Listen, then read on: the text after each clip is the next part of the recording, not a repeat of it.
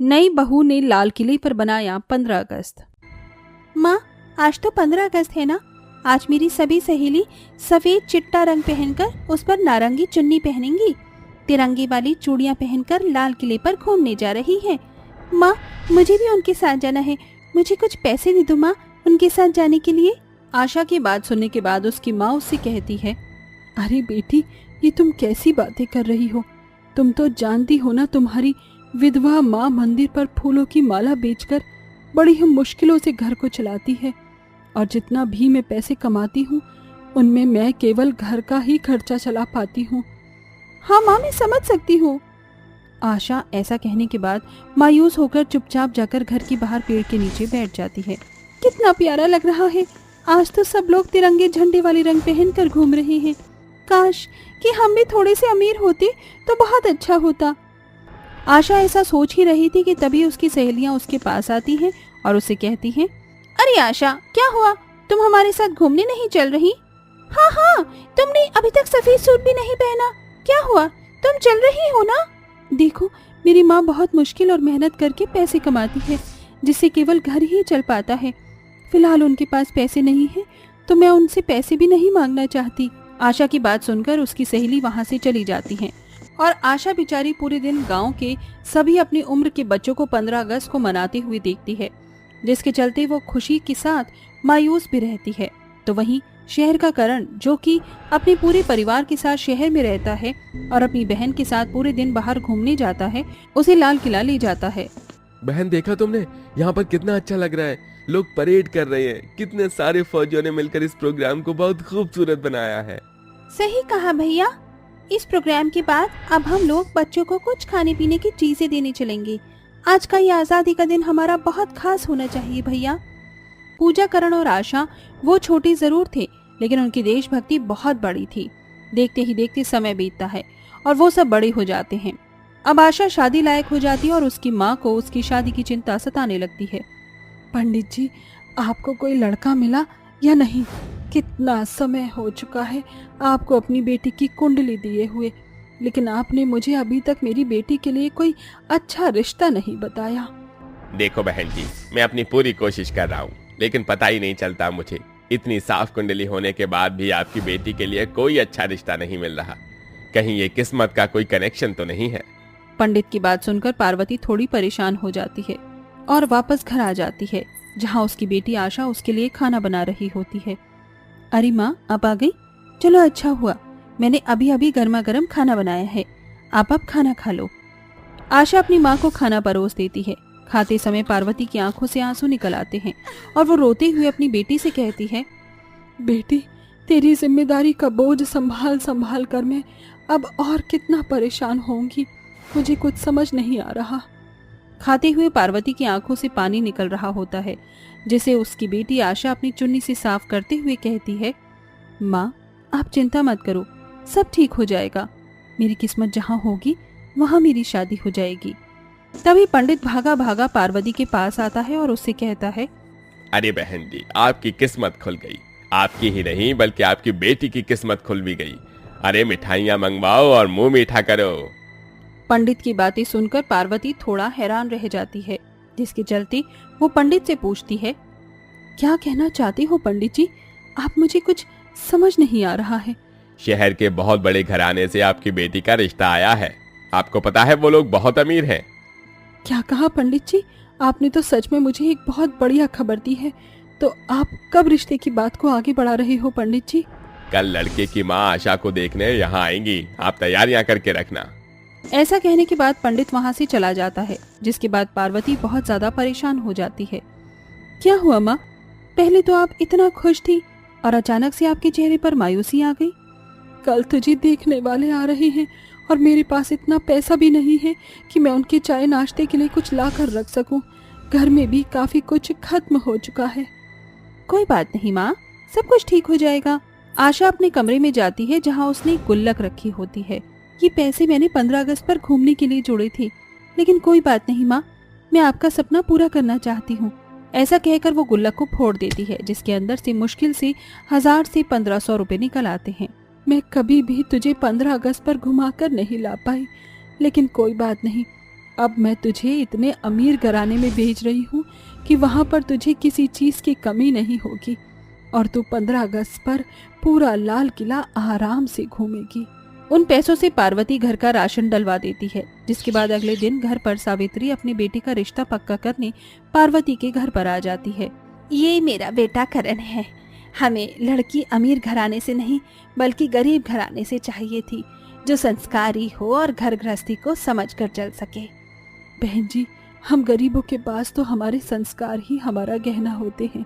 ये देखो, ये मेरी बेटी है। बचपन से दुख और परेशानियों का संघर्ष लड़ते हुए मेरे साथ इतनी बड़ी हो गई है। आशा का शांत स्वभाव और सुंदरता देखकर सावित्री करण के लिए उसे पसंद कर लेती है। हमें आपकी बेटी पसंद है, अब इस रिश्ते को आगे बढ़ाते हैं। सावित्री रिश्ते को पक्का कर देती है, जिसके बाद वो सभी एक दूसरे को मिठाइयाँ खिलाते हैं। कुछ ही दिनों में शादी की रस्में भी शुरू हो जाती हैं और वो दिन भी आ जाता है जिस दिन करण शादी करके आशा को अपने साथ अपने घर पर ले आता है। बहू, तुम थक गई होगी, जाओ करण, बहू को अपने कमरे में ले जाओ। करण आशा को अपने कमरे में ले आता है, जहाँ पर आशा थोड़ी देर आराम करती है। शादी के पहले दिन से ही आशा घर की सभी जिम्मेदारियों को अच्छे से संभाल लेती है। वो अपने ससुराल में सभी के लिए रसोई की पहली रस्म पर बहुत स्वादिष्ट खीर बनाती है, जिसे खाकर सब कहते हैं, तुमने इतना अच्छा खाना बनाना कहाँ से सीखा? ये खीर बहुत स्वादिष्ट है। इतनी अच्छी खीर पर तो गिफ्ट देना बनता ही है।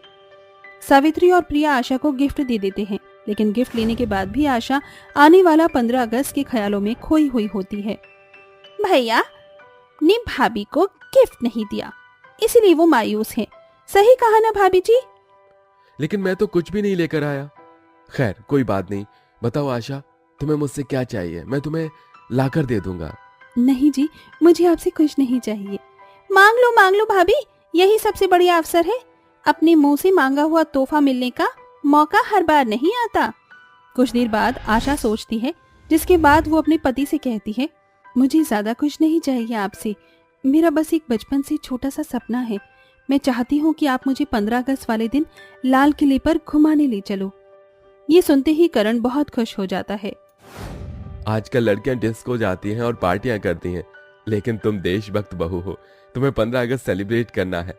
मैं तुम्हें घुमाने जरूर लेकर जाऊंगा। करण को आशा का ये अलग स्वभाव बहुत प्यारा लगता है, जिसके चलते करण आशा को तोहफे में उसे 15 अगस्त वाले दिन लाल किला घुमाने के लिए लेकर जाता है, जहाँ पर वो उसे तिरंगे वाले कपड़े भी दिलवाता है, झंडा भी दिलाता है और वहीं पर तिरंगे वाली चूड़ियां भी मिल रही होती हैं, जिन्हें देखकर आशा बहुत खुश होती है। लाओ भाभी, अपना हाथ आगे करो, मैं तुम्हें तिरंगे वाली चूड़ियां पहना देती हूँ। प्रिया अपनी भाभी के हाथों में तिरंगे झंडे की वाली चूड़ियां पहना देती है। ऐसे ही आशा का बरसों का सपना पूरा हो जाता है, जिसके चलते वो अब अपने ससुराल में खुशी खुशी रहने लगती है। कावेरी एक विधवा माँ थी जो अपनी 3 बेटियों के साथ रहती थी और अकेले संघर्ष करके उन्हें पाल पोस रही थी। ऐसे ही वो जूते की फैक्ट्री में काम कर रही थी, तभी सोनम कहती है, अरे क्या बात है कावेरी, तू इतनी जल्दी जल्दी काम क्यों कर रही है? कहीं जाना है क्या? हाँ, आज मेरी छोटी वाली बेटी नित्या पूरे 3 साल की हो गई है, तो मुझे घर जाकर उसका जन्मदिन मनाना है। अब गरीब इतनी हूँ, हैसियत नहीं है कि केक भी लेकर आऊं, तो सोच रही हूँ छोटा मोटा बर्थडे ही मना लूं। साथ में मेरी दोनों बेटियां भी खुश हो जाएंगी। कब से उन्होंने बाहर का कुछ भी नहीं खाया है। बचे हुए पैसों से आज बच्चों के लिए जलेबी और छोटी छोटी पेस्ट्री आती है, वो ले जाऊंगी। सच में अकेली होकर भी तूने अपनी तीनों बेटी की जिम्मेदारी बहुत अच्छे से ली है। मुझे बहुत गर्व है तुझ पर। अगर पैसों की कमी हुई तो मुझसे पैसे ले लेना। अरे नहीं नहीं, तूने मुझे इतना कह दिया बहुत है। चल ठीक है, जैसी तेरी इच्छा। अरे भैया, और माल भिजवाओ, आधा हो चुका है। फिर कावेरी जल्दी से काम खत्म करके शाम को अपनी बेटी के लिए जलेबी खरीद लेती है और फिर सोनम को एक सुंदर सी गुड़िया दिखाती है, जिसे खरीद कर वो कावेरी को सौंप देती है। ये ले, मेरी तरफ से तेरी बेटी के लिए जन्मदिन का तोहफा। सोनम, तू पागल है क्या? तुझे ये देने की क्या जरूरत थी? आखिर मेरी बेटी भी तेरी जैसी है। हाँ, तेरी बेटी मेरी जैसी है, इसलिए तो उसे गुड़िया दे रही हूँ। वो बहुत खुश हो जाएगी। मुझे भी घर पहुँचना है, वरना मैं तेरे साथ तेरे घर चलती। अच्छा, अब मैं निकलती हूँ, ध्यान से जाना। ठीक है, तू भी ध्यान से जाना। फिर कावेरी अपने घर पहुंचकर नित्या को गोद में उठा लेती है। अरे ले ले मेरी प्यारी बेटी, मम्मा की याद आ रही होगी ना। अब मम्मा तेरे साथ जन्मदिन मनाएंगी। आ जाओ तुम दोनों भी, दूर क्यों खड़ी हो? देखो मैं तुम्हारे लिए क्या लाई हूँ। मम्मा क्या लाई हो आप? खुद ही देख लो। रितिका, मैं प्लेट लेकर आती हूँ। फिर रितिका प्लेट में सारी जलेबियां निकाल देती है। अरे वाह मम्मी, आप हम तीनों के लिए गरम गरम जलेबियां लाए हो। हमारा बहुत टाइम से खाने का मन था। Thank you mummy. अरे मेरे बच्चों को जो पसंद है वो तो लाऊंगी। देख नित्या बेटा, सोनम आंटी ने तुझे गुड़िया दी है। मम्मा मम्मा, मुझे भी ऐसी गुड़िया चाहिए। अरे तुम दोनों इस गुड़िया से एक साथ खेल लेना। ये हुई ना बड़ी बहन वाली बात। चलो अच्छा है, आओ खाना खाओ। इस पेस्ट्री को काटते हैं। मम्मा मम्मा, मोमबत्ती ले लो। फिर पेस्ट्री में कावेरी एक मोमबत्ती लगाकर अपनी छोटी बेटी से फूंक मरवाने की कोशिश करती है, पर उससे होता कहाँ है। फिर वो अपने हाथ से पेस्ट्री के 3 हिस्से कर देती है और अपनी तीनों बेटियों को खिला देती है। हैप्पी बर्थडे टू यू मेरी छोटी बहन। Happy birthday to you. Nitya बेटा, अच्छा लगा आपको केक? और खाओगी? हाँ मम्मा। अभी 3 साल की नित्या मम्मा मम्मा के अलावा कुछ भी नहीं बोल पाती थी। वही गरीबी में जैसे तैसे कावेरी अपनी छोटी बेटी का जन्मदिन मना लेती है। इससे उसकी दोनों बेटियां खुश हो जाती है। ऐसे ही वक्त गुजरता है। कावेरी जूते की फैक्ट्री में काम करके अपने बच्चों का पेट पालती थी। बच्चे स्कूल पढ़ने भी नहीं जाते थे। कावेरी के पीछे 8 साल की नित्या अपनी दोनों बहनों का ख्याल रखती थी। फिर धीरे धीरे कावेरी के पेट में अक्सर दर्द होने लगता है और फिर एक रात को उसके पेट में बहुत ज्यादा दर्द होने लगता है। हे भगवान, ये मुझे क्या हो रहा है? ये कैसा दर्द है जो मैं बर्दाश्त नहीं कर पा रही हूँ। माँ क्या हुआ आपको? आपको दर्द हो रहा है? आप रो रही हैं? बताइए माँ। दीदी, मम्मा की हुई हुई हो रही है। अरे तुम दोनों परेशान मत हो, थोड़ी देर में ठीक हो जाऊंगी मैं। ऐसे ही दर्द हो रहा होगा। तभी रितिका मटके से पानी निकाल कर लेकर आती है। माँ, ये पानी पी लीजिए, आप ठीक हो जाएंगी। रात भर कावेरी परेशान होती है। नित्या भी रोती रहती है और पूजा उसे संभालती है। फिर रितिका अपने माँ के सिर पर थपथपा कर लोरी सुनाती है। चंदनिया छुप जाना रे, क्षण भर को लुक जाना रे, मम्मी मेरी सो जाए, नींदिया आँखों में आए। इतने में कावेरी का दर्द कम हो जाता है और वो सो जाती है। फिर हर 2 दिन में कावेरी के पेट में बहुत ज्यादा दर्द होने लगता है। एक सुबह उसकी हालत बिल्कुल ठीक नहीं थी। फिर भी वो चूल्हे पर जाकर खाना बनाने की कोशिश करती है। हे भगवान, ये रोज मेरे पेट की साइड में इतना दर्द क्यों होता है? काम भी नहीं कर पा रही हूँ। मेरी बच्चियों ने कल शाम से कुछ नहीं खाया ठीक से। कैसे खाना बनाऊं? हिम्मत दो भगवान जी। रितिका बेटा, जल्दी आ। कावेरी उठकर अपनी बेटियों को बुलाती है। इतने में वो गिर पड़ती है। फिर रितिका घबरा कर कहती है, माँ कितने दिन से परेशान हो रही है, आप आज डॉक्टर के पास चलिए। बेटा पैसे नहीं है, कैसे जाए डॉक्टर के पास? मैं आंटी को बुलाती हूँ दीदी। फिर पूजा पड़ोसन को बुलाकर लाती है और वो डॉक्टर के पास ले जाती है, जहाँ डॉक्टर उसका जांच करके बताता है, देखिए इन्हें जो दर्द है ना, ये पथरी की वजह से हो रहा है। इनकी पित्त की थैली में एक पथरी बन गई है जो सिर्फ ऑपरेशन से ही जा सकती है, वरना ऐसे ही परेशान होती रहेंगी। क्या पथरी हो गई? डॉक्टर साहब, इस ऑपरेशन में कितना पैसा लग जाएगा? क्या बिना ऑपरेशन के नहीं हो सकता? नहीं, ऑपरेशन के लिए कम से कम 50 से 60 हजार रुपए तो होने ही चाहिए। इतने पैसे? चल घर चलते हैं। फिर पड़ोसन उसे घर पर छोड़ देती है। आखिर वो भी उसकी कब तक मदद करती। कावेरी ऐसे ही पथरी के दर्द से परेशान होती रहती है, कुछ काम नहीं कर पाती है। 2 दिन बीत जाते हैं। बच्चे ठीक से खाना भी नहीं खा पाते। भूखी, खाना खाना। मम्मा। दीदी, छोटी बहन को बहुत भूख लगी है और मुझे भी पेट में बहुत दर्द हो रहा है।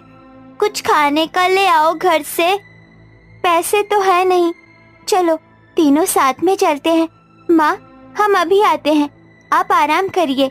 तीनों बेटियां अपने घर से बाहर निकलकर आसपास कचरे में खाना ढूंढने लगती है। तभी वहां पर एक आदमी कुत्ते को खाना डालता है। रितिका उस कुत्ते को भगा देती है और अपनी दोनों बहनों को खाना खिलाती है, साथ में खुद भी खाती है। अब ठीक लग रहा है दीदी। मैंने एक रोटी माँ के लिए बचाई है, ये लेकर चलते हैं। हाँ चलो, बहुत भूख लगी थी। शुक्र है इससे थोड़ा पेट की आग बुझी। फिर पानी से गलाकर रितिका अपनी माँ को रोटी खिला देती है। दिन गुजरते हैं, तीनों बच्चियां भूखी प्यासी बाहर कचरे में से खाना उठाकर खाती रहती है। माँ बीमार थी, ठीक होने का कोई ठिकाना नहीं था। फिर तीनों बेटियां सिग्नल पर भीख मांग रही थी। अंकल पैसे दे दीजिए, भूख लग रही है। अरे हटो, भिखारी कहीं। ऐसे ही शाम हो जाती है। फिर एक आदमी अपनी पत्नी के साथ बाइक से गुजरता है। उस औरत का पर्स गिर जाता है। बच्चे उसे उठाकर बाइक वाले के पीछे दौड़ते हैं, लेकिन कोई सुनता नहीं है। फिर पूजा कहती है, दीदी आप इतना भाग क्यों रही हो? वो बाइक वाला तो चला भी गया, जरा देखो तो इस पर्स में क्या है। देखती हूँ। अरे बाप रे बाप, इसमें तो बहुत सारे पैसे हैं। इतने हैं जितने मुझे गिनती भी नहीं आती। शायद इससे माँ का ऑपरेशन हो जाए, पर हमें ये पैसे नहीं लेने चाहिए, किसी और के हैं। दीदी ये पैसे ले लो, क्या पता भगवान जी ने हमारी मम्मी को ठीक करने के लिए पैसे दिए हो। चलो ना दीदी, माँ का ऑपरेशन करा देते हैं। ठीक है, वैसे भी इस वक्त हमारे लिए माँ जरूरी है।